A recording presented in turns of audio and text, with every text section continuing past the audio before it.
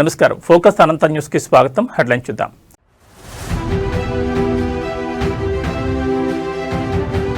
Parliament budget సమావేశాలు ప్రారంభం. రాష్ట్రపతి ద్రౌపది ముర్ము ప్రసంగంతో మొదలు.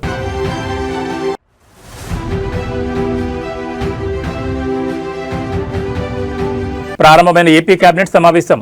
వివిధ ప్రాజెక్టులకు మంత్రి మండలి ఆమోదం తెలిపే అవకాశం.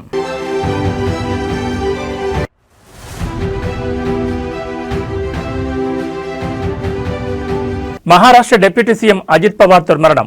బారామతిలో ల్యాండ్ అవుతుండగా విమానం క్రాష్.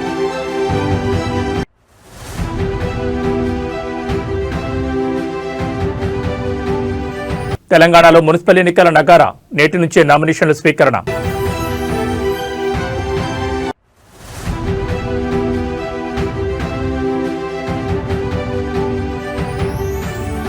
తెలంగాణ కుంభమేళాకు వేళాయే. ఇవాటి నుండి మేడారం జాతర ప్రారంభం. ఇక డీటెయిల్స్ చూస్తే 2047 నాటికి వికసిత్ భారత్ లక్ష్యంతో కేంద్ర ప్రభుత్వం ముందుకు సాగుతున్నట్లుగా రాష్ట్రపతి ద్రౌపది ముర్ము అన్నారు. ఇవాళ పార్లమెంట్ బడ్జెట్ సమావేశాలు ప్రారంభమయ్యాయి. ఈ సందర్భంగా ఉభయ సభలను ఉద్దేశించి రాష్ట్రపతి ద్రౌపది ముర్ము ప్రసంగించారు. దేశవ్యాప్తంగా 4 కోట్ల మందికి ఇళ్లు నిర్మించాం, 10 కోట్ల మందికి కొత్తగా ఎల్పీజీ కనెక్షన్లు ఇచ్చాం. ప్రపంచంలో ధాన్యం ఉత్పత్తిలో భారతదేశం అగ్రస్థానంలో ఉంది. ఆక్వా రంగంలో ప్రపంచంలోనే 2వ స్థానంలో ఉన్నాం. 150కి పైగా వందే భారత్ రైళ్లు నడుస్తున్నాయి అని ద్రౌపది ముర్ము అన్నారు. ఇన్కమ్ ట్యాక్స్ లో కీలక సంస్కరణలు తీసుకొచ్చాం. 12 లక్షల వరకు ఆదాయ పన్ను మినహాయింపు కల్పించడంతో మధ్యతరగతి ప్రజలకు మేలు జరిగింది. ఆధునిక టెక్నాలజీ పవర్ హౌస్ గా భారత్ను మారుస్తున్నాం. పీఎం సూర్యఘర్ యోజనతో సాధారణ ప్రజలు కూడా విద్యుత్ ఉత్పత్తి చేస్తున్నారు. ఈశాన్య రాష్ట్రాల్లో రైలు కనెక్టివిటీని పెంచామని రాష్ట్రపతి ద్రౌపది ముర్ము అన్నారు. ఇదిలా ఉంటే పార్లమెంట్లో విపక్షాలు ఆందోళన చేస్తున్నాయి. జీ రామ్జీ సర్కు వ్యతిరేకంగా నినాదాలు చేశారు. ఈ సమావేశాలు 2 విడతలుగా జరగనున్నాయి. జనవరి 28 నుంచి ఫిబ్రవరి 13 వరకు, మార్చి 9 నుంచి ఏప్రిల్ 2 వరకు జరగనున్నాయి. ఫిబ్రవరి 1న ఆర్థిక మంత్రి నిర్మలా సీతారామన్ బడ్జెట్ ప్రవేశపెట్టనున్నారు.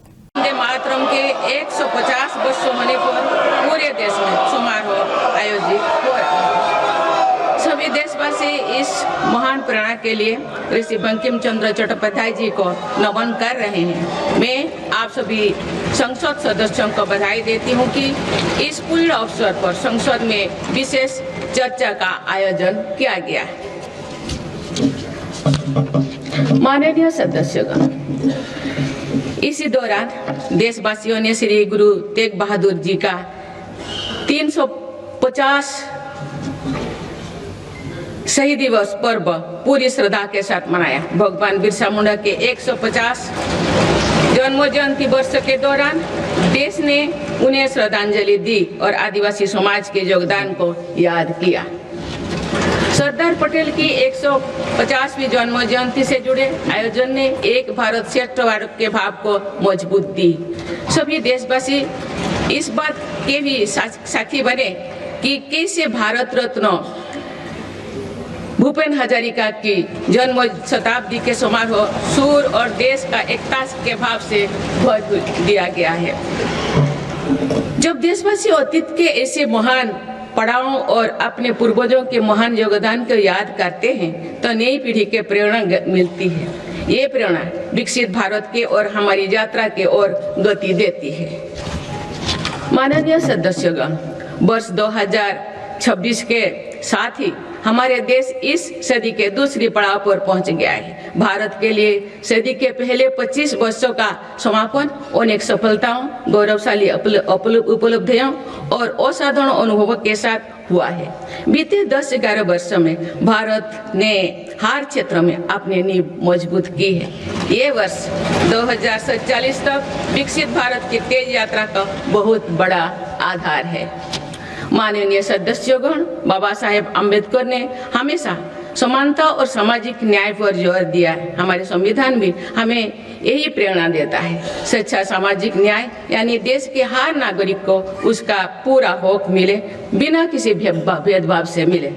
मेरी सरकार सच्ची सामाजिक न्याय के लिए समर्पित है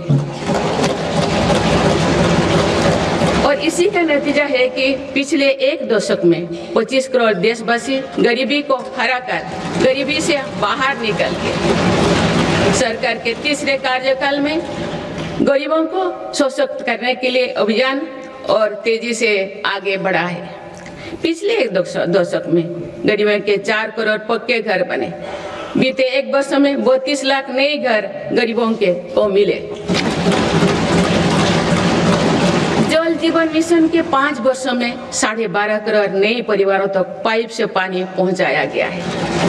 बीते 1 वर्ष में करीब 1 करोड़ नए परिवार तक नल से जल की सुविधा पहुंची। उज्ज्वला योजना के माध्यम से अब तक 10 करोड़ से ज्यादा परिवारों को एलपीजी कनेक्शंस मिले हैं और ఏపీ ముఖ్యమంత్రి చంద్రబాబు నాయుడు అధ్యక్షతన ఏపీ కేబినెట్ సమావేశమైంది. అమరావతి వెలగపూడిలోని సచివాలయంలో కీలక సమావేశం జరుగుతోంది. రాష్ట్ర సర్వతోముఖ అభివృద్ధి లక్ష్యంగా జరుగుతున్న ఈ సమావేశంలో సుమారు 35కి పైగా కీలక అంశాలపై అజెండాను రూపొందించినట్టు తెలుస్తోంది. ప్రధానంగా రాబోయే అసెంబ్లీ బడ్జెట్ సమావేశాల షెడ్యూల్ ఖరారుతో పాటు రాష్ట్ర బడ్జెట్ రూపకల్పన, సంక్షేమ పథకాలకు నిధుల కేటాయింపుపై ఈ సమావేశంలో సుదీర్ఘంగా చర్చిస్తారని సమాచారం. ముఖ్యంగా రాజధాని అమరావతి నిర్మాణ పనులు వేగవంతం, కొత్త పరిశ్రమల స్థాపన కోసం వివిధ సంస్థలకు భూ కేటాయింపులు, పాలనాపరమైన సంస్కరణలపై కేబినెట్ పలు కీలక నిర్ణయాలు తీసుకోనుంది. ఇటీవలి ముఖ్యమంత్రి దావోస్ పర్యటనలో కుదిరిన పెట్టుబడుల ఒప్పందాల అమలుపై కూడా మంత్రివర్గం చర్చించనుందని అధికార వర్గాలు తెలిపాయి. అయితే రాజకీయంగా ప్రాధాన్యం ఉన్న ఢిల్లీ పర్యటన కారణంగా డిప్యూటీ సీఎం పవన్ కళ్యాణ్ ఈ సమావేశానికి హాజరు కాలేకపోయారు. రాష్ట్ర భవిష్యత్తును దృష్టిలో ఉంచుకుని తీసుకుని ఈ నిర్ణయాలు ఏపీ రాజకీయ, ఆర్థిక ముఖచిత్రంలో అత్యంత కీలకం కానున్నాయని విశ్లేషకులు అంటున్నారు.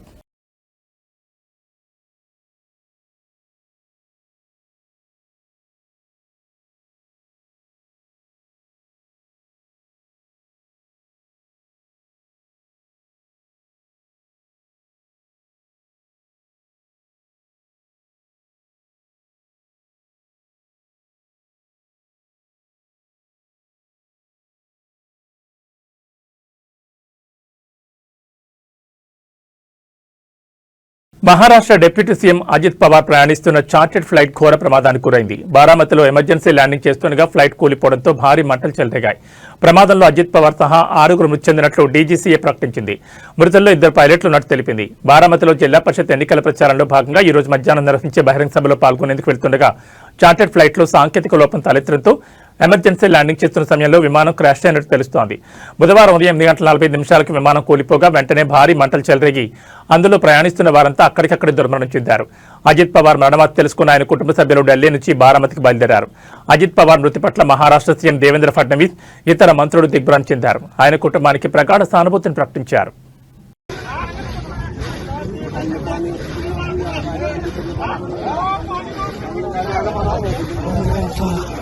Malis ba kayo kayo kayo dito? Tumakas dito. Kayo ka?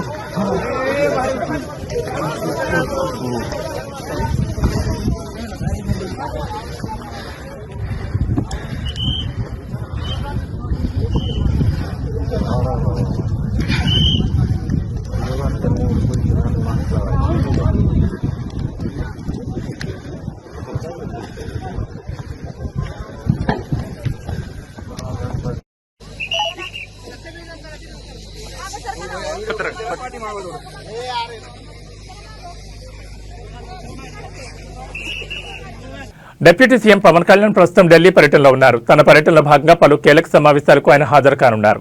AP రాష్ట్ర అభివృద్ధి లక్ష్యంగా కేంద్ర హోంశాఖ మంత్రి అమిత్ షా, కేంద్ర రైల్వే శాఖ మంత్రి అశ్విని వైష్ణవ్తో ప్రత్యేకంగా భేటీ కానున్నారు. తన భేటీలో భాగంగా రాష్ట్రానికి సంబంధించిన పలు పెండింగ్ ప్రాజెక్టులు, విభజన హామీల అమలు, రైల్వే కనెక్టివిటీకి సంబంధించిన అంశాలపై ప్రధానంగా చర్చించనున్నారు. ముఖ్యంగా ఏపీ ఆర్థిక పరిస్థితి, శాంతి భద్రతలు, మౌలిక సదుపాయాల కల్పనలో కేంద్ర సహకారం కోరనున్నారు. పిఠాపురం నియోజకవర్గంతో పాటు రాష్ట్ర రవాణా రైల్వే ప్రాజెక్టుల వేగవంతంపై అశ్విని వైష్ణవ్తో చర్చలు జరపనున్నట్లు అధికార వర్గాల వారు పేర్కొన్నారు. రాష్ట్ర ప్రయోజనాలే పరమావధిగా సాగుతున్న ఈ పర్యటన అటు రాజకీయంగా, ఇటు అభివృద్ధి పరంగా అత్యంత ప్రాధాన్యత సంతరించుకుందని కూటమి నేతలు అంటున్నారు. కేంద్రం నుంచి ఆశించిన నిధులు, సహాయ సహకారాల సాధనలో ఈ భేటీలు కీలక పాత్ర పోషిస్తాయని విశ్లేషకులు భావిస్తున్నారు.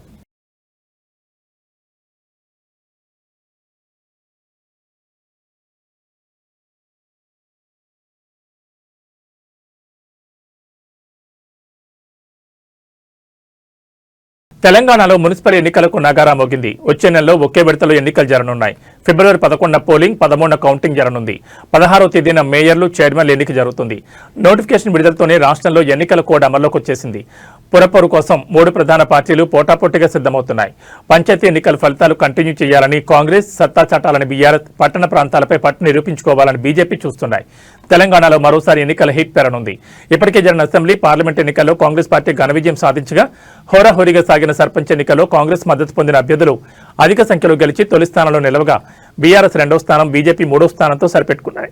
కాగా గ్రామ స్థాయిలో ప్రశాంతంగా ముగిసిన ఈ ఎన్నికల తర్వాత ఇప్పుడు పట్టణ రాజకీయాలకు తెరలేచే సమయం వచ్చింది. తెలంగాణలో మున్సిపల్ ఎన్నికల నగారా మోగింది. రాష్ట్రంలో 116 మున్సిపాలిటీలు, 7 కార్పొరేషన్లకు ఎన్నికల నోటిఫికేషన్ విడుదలైంది. ఇందుకు సంబంధించి నేటి నుంచి నామినేషన్ల స్వీకరణ మొదలు కానుంది. ఫిబ్రవరి 11వ తేదీన ఓటింగ్ జరగనుంది. 13వ తేదీ ఉదయం 8 గంటల నుంచి కౌంటింగ్ ఉంటుంది. నేటి నుంచి ఆయా మున్సిపాలిటీలు, కార్పొరేషన్లలో నామినేషన్ల స్వీకరణ ప్రారంభమవుతుంది. జనవరి 30 నామినేషన్లకు చివరి తేదీ. జనవరి 31న నామినేషన్ల పరిశీలన ఉంటుంది.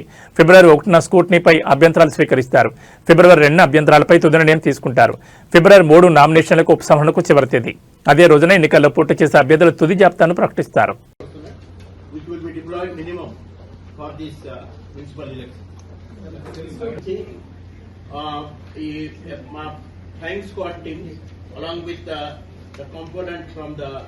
our revenue department also.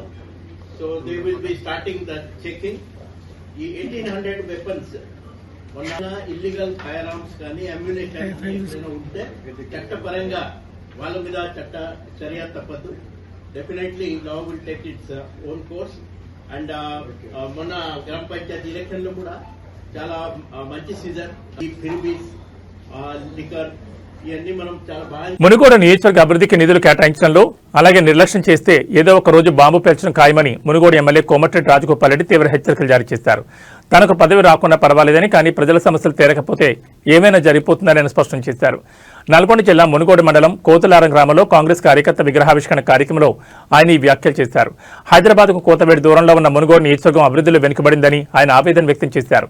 నియోజకవర్గంలో పనులు చేపట్టిన బిల్లులు ఇవ్వకపోవడంతో కాంట్రాక్టర్లు పనులు సగంలో నిలిపివేసి చేతులెత్తేస్తున్నారని ఆయన ఆందోళన వ్యక్తం చేశారు. ఈ విషయాన్ని సీఎం దృష్టికి తీసుకెళ్లానని, వారం రోజుల్లో పూర్తిస్థాయి బిల్లులు చెల్లిస్తామని హామీ ఇచ్చిన సీఎం 3 వారాలు గడిచినా ఒక్క బిల్లు కూడా చెల్లించలేదని అన్నారు. రాష్ట్రంలో కేవలం సీఎం, మంత్రుల నియోజకవర్గాల్లోనే అభివృద్ధి పనులకు నిధులు మంజూరు చేసి అభివృద్ధి చేసుకుంటున్నారు తప్ప ఎమ్మెల్యేల నియోజకవర్గాల్లో బిల్లులు ఇవ్వకపోగా నూతన పనులకు కూడా మంజూరు చేయడం లేదని ఆయన ఆవేదన వ్యక్తం చేశారు.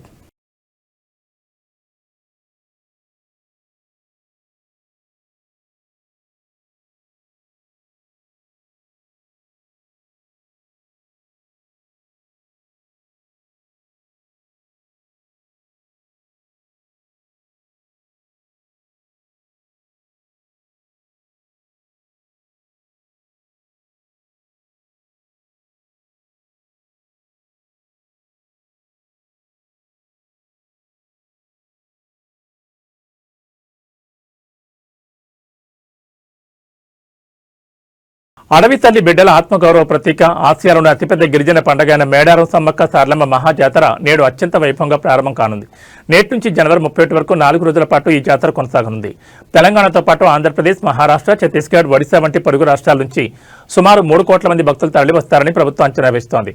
జాతర తొలి రోజైన బుధవారం సాయంత్రం 6 గంటలకు మేడారం పరిసర ప్రాంతాల్లో ఆధ్యాత్మిక కోలాహలం మొదలవుతుంది. కన్నెపల్లి నుంచి పూజారులు సారలమ్మను గద్దెపైకి తీసుకొస్తారు. అదే సమయంలో కొండాయి నుంచి గోవిందరాజును, పునుగొండ్ల నుంచి పగడిగిద్దరాజును మేడారంలోని గద్దెలపైకి తీసుకొచ్చి ప్రతిష్ఠించడంతో జాతర అంకురార్పణ జరుగుతుంది. రేపు సాయంత్రం చిలకలగుట్ట నుంచి కుంకుమ భరణి రూపంలో సమ్మక్క తల్లి గద్దెపైకి చేరుకోవడంతో జాతర తారాస్థాయికి చేరుకుంటుంది. జాతర అధికారికంగా నేడు ప్రారంభమైనప్పటికీ గత వారం రోజులుగానే మేడారం జనసంద్రమైంది.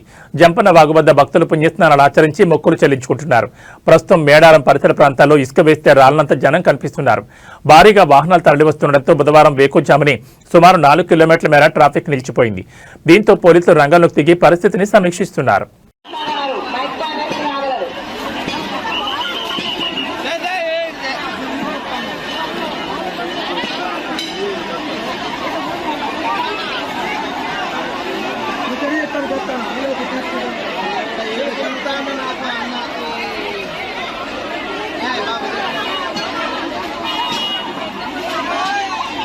వర్ధనపేట మాజీ ఎమ్మెల్యే ఆరూరు రమేష్ తిరిగి సొంత గూటికి చేరుకోనున్నారు. బీజేపీ ప్రాథమిక సభ్యత్వానికి సోమవారం రాజీనామా చేసిన రమేష్ ఇవాళ సాయంత్రం 6 గంటలకు హైదరాబాద్లోని తెలంగాణ భవన్లో బీఆర్ఎస్ వర్కింగ్ ప్రెసిడెంట్ కేటీఆర్ సమక్షంలో ఆయన గులాబీ కండువ కప్పుకోనున్నారు.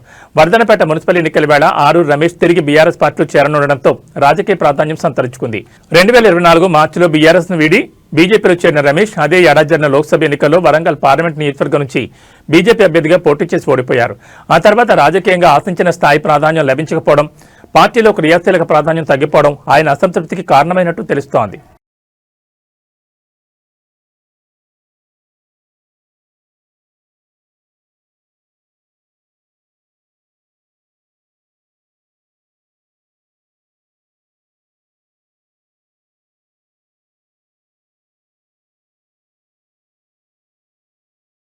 మేడ్చల్ జిల్లాలో మున్సిపల్ నగారం మోగడంతో అధికార ప్రతిపక్ష పార్టీల మధ్య పోరు ముదిరింది. మాజీ మంత్రి మేడ్చల్ ఎమ్మెల్యే మల్లారెడ్డి యల్లంపేట మున్సిపాలిటీ పరిధిలోని అభ్యర్థుల తరఫున ప్రచారం అమలు చేశారు. యల్లంపేట కౌన్సిలర్ అభ్యర్థులను భారీ మెజార్టీతో గెలిపించాలని ఆయన ఓటర్లను అభ్యర్థిస్తున్నారు. యల్లంపేటతో పాటు మూడుచింతలపల్లి, అలియాబాద్ మున్సిపాలిటీలో కూడా బీఆర్ఎస్ జెండా ఎగురవేయడమే లక్ష్యంగా ఆయన ప్రణాళికలు సిద్ధం చేశారు. అభ్యర్థుల ఎంపికలో స్థానిక నాయకులు, కార్యకర్తల అభిప్రాయాలకు ప్రాధాన్యమిస్తామని, అందరూ కలిసికట్టుగా పనిచేయాలని ఆయన పిలుపునిచ్చారు. ఇప్పటికే ఆయా మున్సిపాలిటీలకు పార్టీ అధిష్టానం ఇన్ఛార్జీలను కూడా నియమించింది. ప్రభుత్వంపై ఉన్న వ్యతిరేకతను అనుకూలంగా మార్చుకుని మున్సిపల్ ఎన్నికల్లో క్లీన్ స్వీప్ చేయాలని మల్లారెడ్డి తన అనుచరులకు దిశానిర్దేశం చేస్తున్నారు.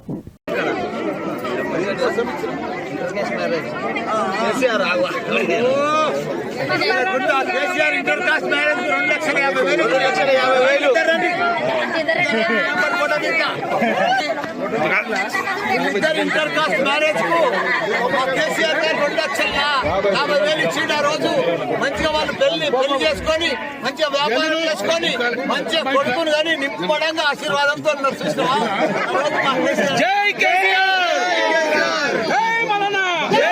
వేగంగా వెళ్తున్న కారు అదుపు తప్పి పిల్లను ఢీకొట్టడంతో ఇద్దరు ప్రాణాలు కోల్పోయారు. ఈ షాకింగ్ ఘటన హైదరాబాద్ నగరం మేడిపల్లి పోలీస్ స్టేషన్ పరిధిలో చోటు చేసుకుంది. మౌలాలీలోని స్నేహితుడి ఇంటి వద్ద జరిగిన ఫంక్షన్ కి నిఖిల్ కారులో వెళ్లి వస్తూ పోచారం సద్భావన టౌన్షిప్ లో ఉంటున్న స్నేహితులను దింపేందుకు వెళ్తుండగా మేడిపల్లిలోని Uppal Narapalli elevated flyover pillar number 97 వద్దకు రాగానే వాహనం అదుపు తప్పింది. దీంతో పిల్లర్ నెంబర్ 97ను బలంగా ఢీకొట్టింది. ఈ ప్రమాద సమయంలో కారులో మొత్తం 8 మంది ప్రయాణిస్తుండగా వనపర్తి జిల్లాకు చెందిన ఇంజనీరింగ్ విద్యార్థులు సాయి వరుణ్, నిఖిల్ అక్కడికక్కడే ప్రాణాలు కోల్పోయారు. కారు వేగంగా ఢీకోవడంతో వాహనం నుజ్జునుజ్జైంది. కాగా కారు పరిస్థితిని చూస్తే ప్రమాద తీవ్రతను స్పష్టం చేస్తోంది. ఇదిలా ఉంటే ఈ ఘటనలో వెంకట్, రాకేష్, యశ్వంత్ అనే ముగ్గురు విద్యార్థులు తీవ్రంగా గాయపడగా వారి పరిస్థితి ప్రస్తుతం విషమంగా ఉన్నట్టు సమాచారం. అదృష్టవశాత్తు సాత్విక్, హర్షవర్ధన్, అభినవ్ అనే మరో ముగ్గురు విద్యార్థులు స్వల్ప గాయాలతో ప్రాణాపాయ నుంచి బయటపడ్డారు. సమాచారం అందుకున్న వెంటనే మేడిపల్లి పోలీసులు ఘటనా స్థలాన్ని చేరుకుని క్షతగాత్రులను చికిత్స నిమిత్తం ఆసుపత్రికి తరలించారు. ఈ మేరకు కేసు నమోదు చేసుకున్న పోలీసులు మితిమీరిన వేగమే ప్రమాదానికి కారణమని ప్రాథమికంగా నిర్ధారించి దర్యాప్తును కొనసాగిస్తున్నారు. కాగా ఈ ప్రమాదానికి సంబంధించిన పూర్తి వివరాలు ఇంకా తెలియాల్సి ఉంది.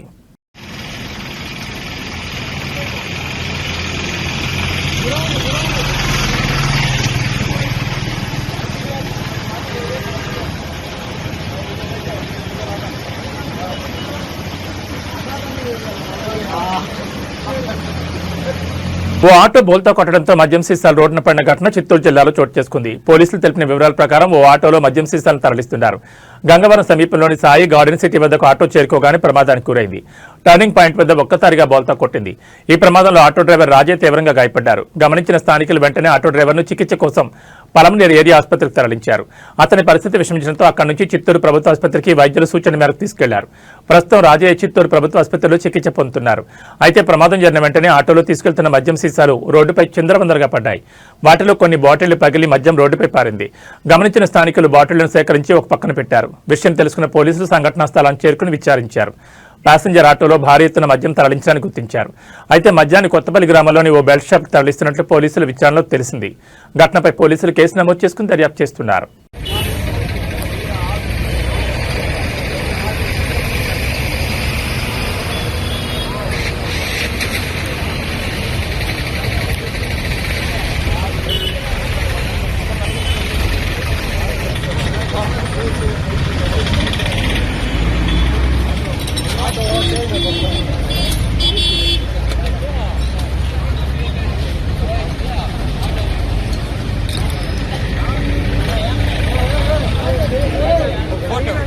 బంగారం, వెండి ధరలు అడ్డు అదుపు లేకుండా పెరుగుతున్నాయి. వెండి ధర అయితే ఊహకంద రీతిలో పెరుగుతూ సామాన్యుడికి షాకుల మీద షాకులు ఇస్తోంది.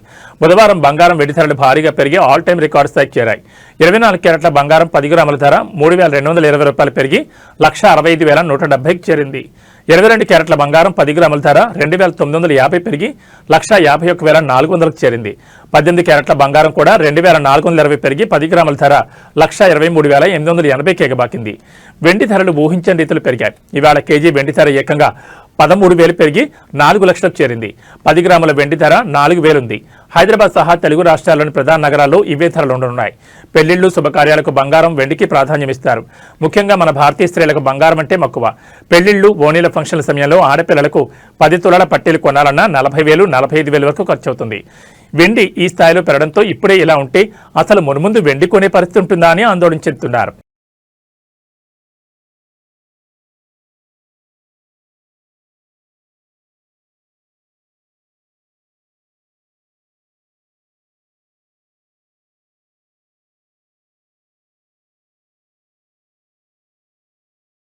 ఇవి బులెటిన్ విశేషాలు. నమస్కారం.